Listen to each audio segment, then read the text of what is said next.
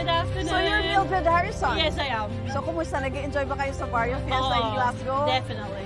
Ma'am, kumusta? Ano ay yung work nyo rito sa Scotland? I work with a company, it's a mortgage broker company. My job is to liaise with the solicitors, the client, to make sure there will be a completion date for their mortgage. Stressful ba siya? Is there any challenge? Oh, definitely there is, because every case is different. So there are straightforward ones that can complete in a week's time. There's also a stressful one that can take months to complete. Excited ako, Ma'am Mildred, kasi nabalitaan ko lahat ng produkto namin from capsule coffee and tea. You have tried it for so many years, yes, right? I do. Bakit MX3?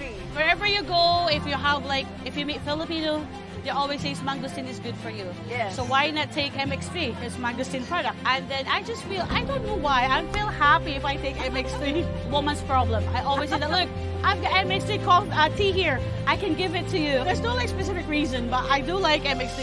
Even if I'm in the Philippines, the first thing I do is go to a shop. Okay, I'm getting MX3. MX3, dito ako bilhin.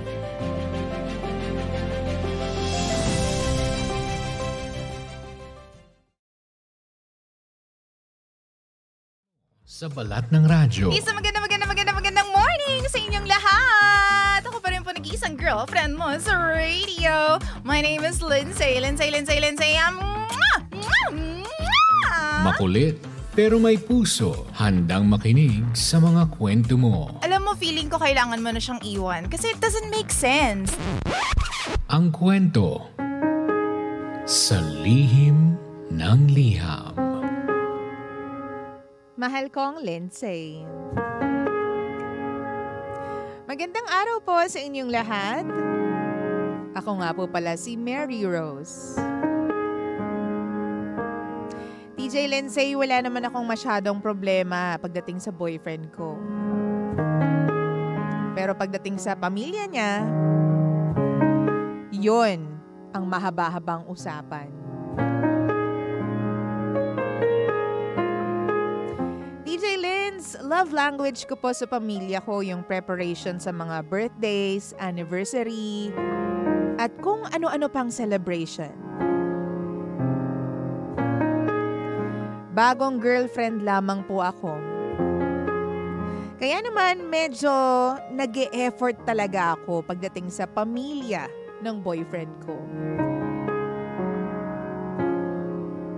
So yung ginagawa kong effort sa mga birthday celebration ng family ko, ganun din po yung ginagawa ko para sa birthday at kung ano pang celebration sa pamilya ni BF. Dumating na nga yung pagkakataon na kailangan na namin maghanda para sa birthday ng mama ng boyfriend ko. 55th birthday na po. Before matapos yung party, nag-speech na yung mama ni BF sa lahat ng pamilya niya. Even mga asawa, boyfriend, girlfriend ng mga anak niya, pinasalamatan niya na lahat.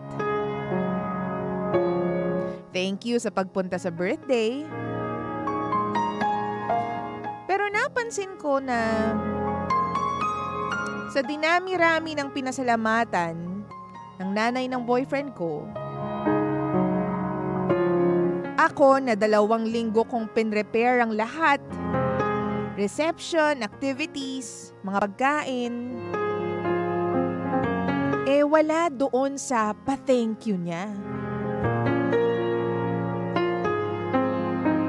Alam naman ng mama ng boyfriend ko na ako yung nag-prepare ng lahat. Sinasabi na nga ng mga anak niya na nakalimutan niya akong pasalamatan pero hindi pa rin niya ginawa. Until pag-uwi ko sa bahay namin, DJ Lindsay, iniyakan ko talaga yung nangyari.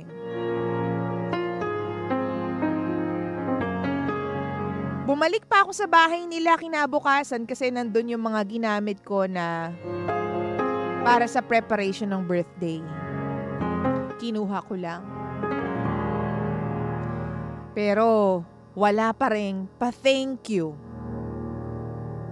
At Bago pa ako umalis ng bahay nila, ang sinabi lang niya, masaya yung party. Pero masyado daw akong nagpa-impress. Masyado akong nagpa-impress? Inisip ko, ganito naman ako kapag naghahanda ako para sa pamilya ko. Kumbaga, ginaya ko lang para mapasaya yung pamilya ng boyfriend ko. Pero ganun pala yung dating sa kanya ng efforts ko. DJ Lindsay, ano po bang dapat kong gawin? Dapat ko bang sabihin sa boyfriend ko yung nararamdaman ko? O baka naman kailangan pabayaan ko na lang.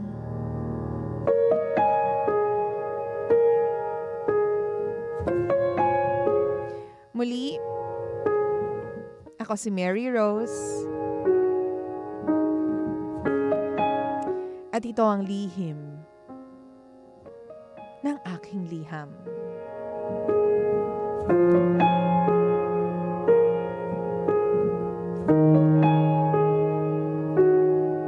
Lihim ng liham.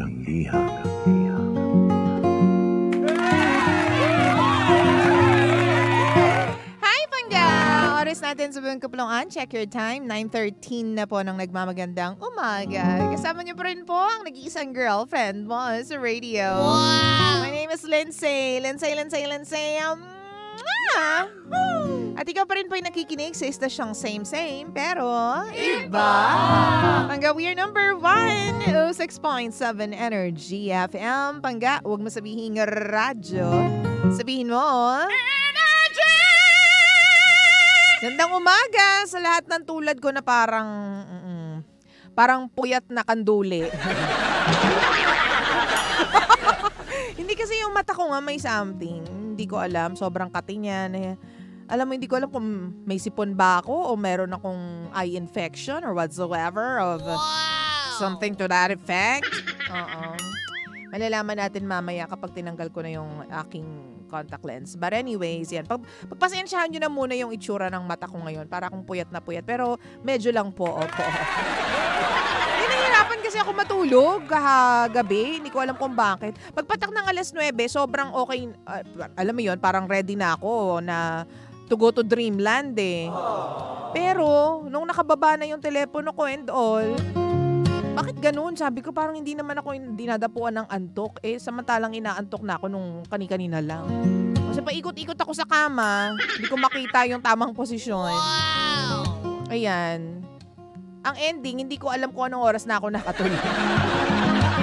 Pagtingin ko, ayan, ganyan na yung mata ko. Pagpasensyahan na po nating lahat. But anyways, good morning sa lahat po ng mga nakaka-relate dito po sa kwento natin for today. Ang kwento po ni Mary Rose. Ang dating pala dun sa nanay ng kanyang boyfriend na pinaghandaan niya ang birthday, nagpapa-impress lang siya.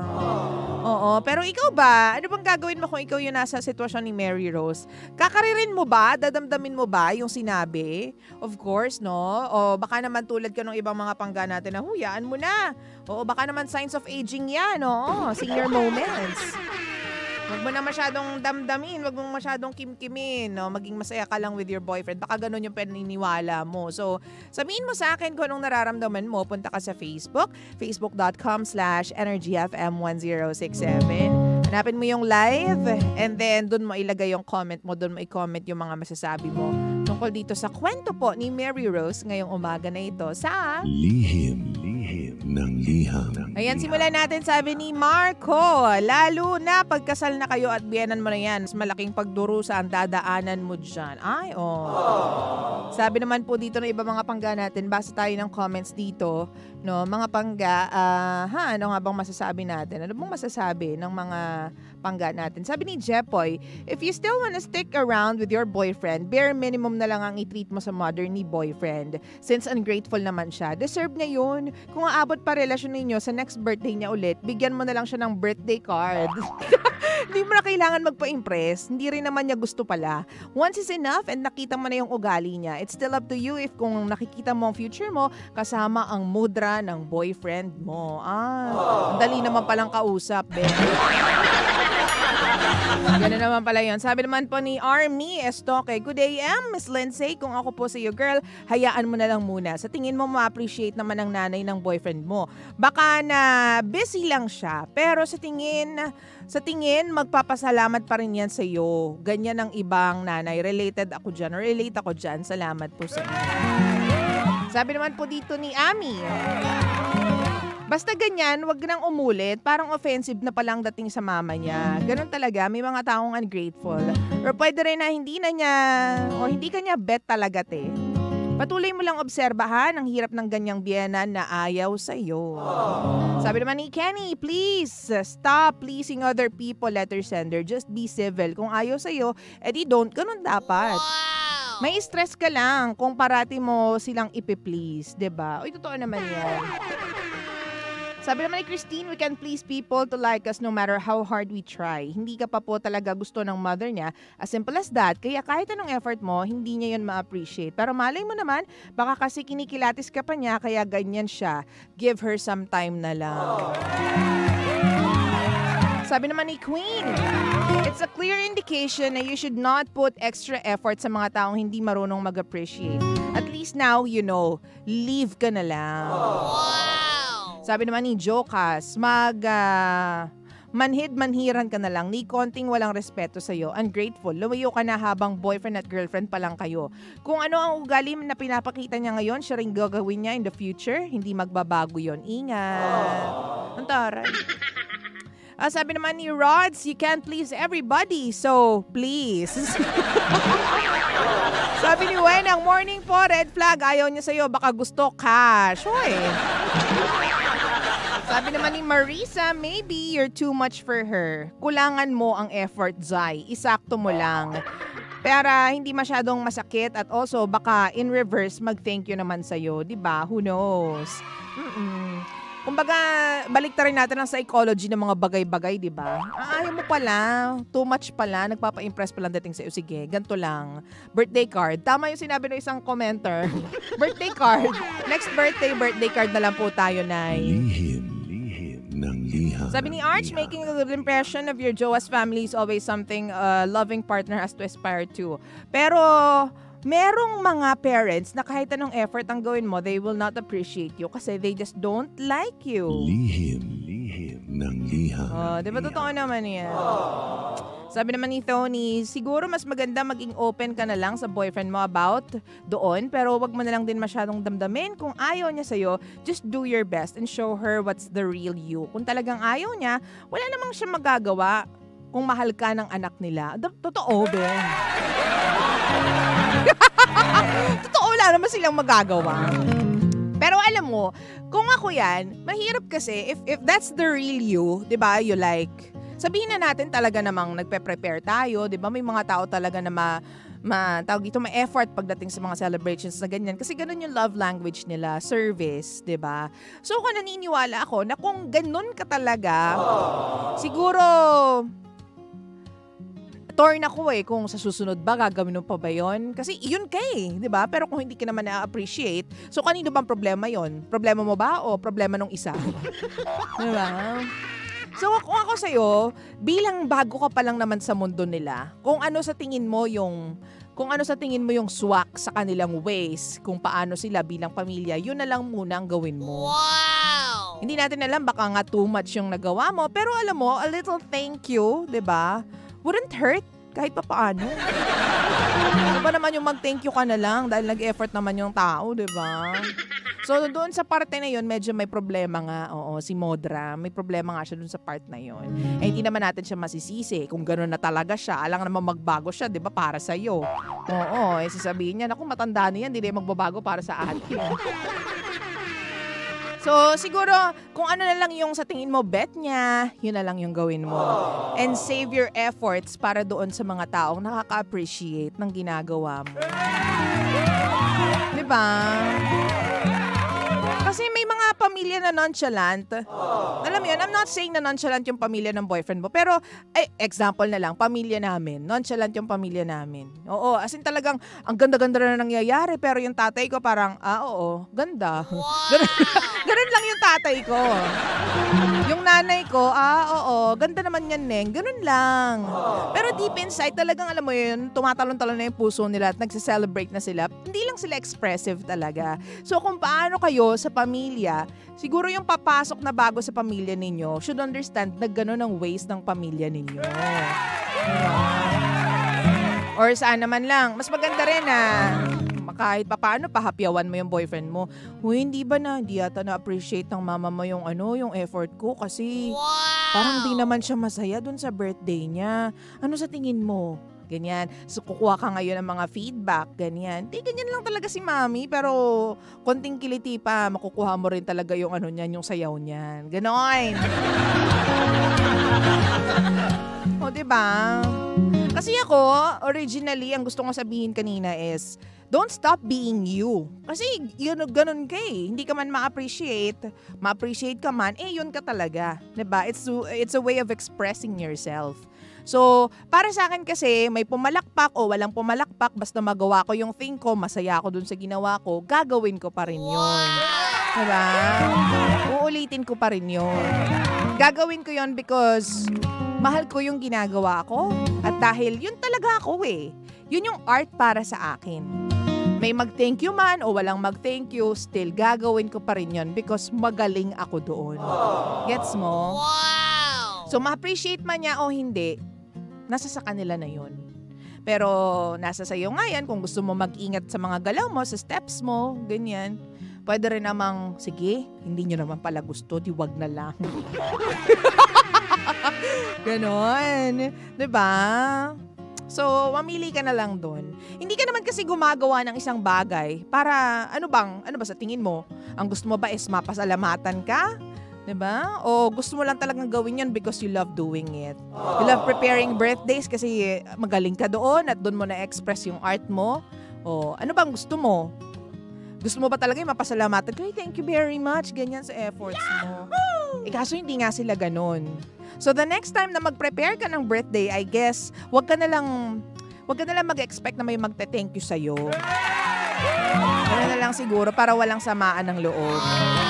At least ngayon nakita mo na, 'di ba? First hand kung paano. At least may experience ka na. Alam mo na sa susunod. O kalmahan mo lang, be. Saka wag ka na mag-expect next time na may magte-thank you sa'yo. Kung mag-decide ka pa rin na gagawin mo yung bagay na yon, 'di ba? Yun para sa akin lang naman. Iba-iba pa rin tayo mga bakla kayo ng taon. Kasi mahirap na i-correct 'di ba? Lalo na pag matanda na, ganyan. Sabi nga nila, hindi mo na pwedeng turuan ng mga bagong tricks. Pagagalitan ka lang, sesermonan ka lang. Oo. Ayaw mo na lang, ipagano mo na lang. Kung mahal mo talaga yung boyfriend mo, then go, mahalin mo pa rin siya. Kailangan mo lang talagang umayon sa mundo ng boyfriend mo. Ganon din naman siya sa'yo. Kailangan niyang umayon din sa mundo mo, 'di ba?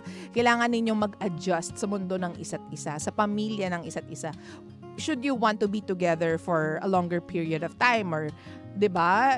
Syempre, mas maganda kung magpapakasal kayo. Kung alam mo na kung ano yung gagawin mo kung maging mag-asawa kayo, 'di ba? Wow. Ganyan. Anyways, 9:25 na po ng umaga. Ito pa rin po ang lihim ng liham. Sa istasyon na same, pero iba. Pangga, we are number 1. 6.7 Energy FM. Pangga, huwag mo sabihin radyo. Sabihin mo.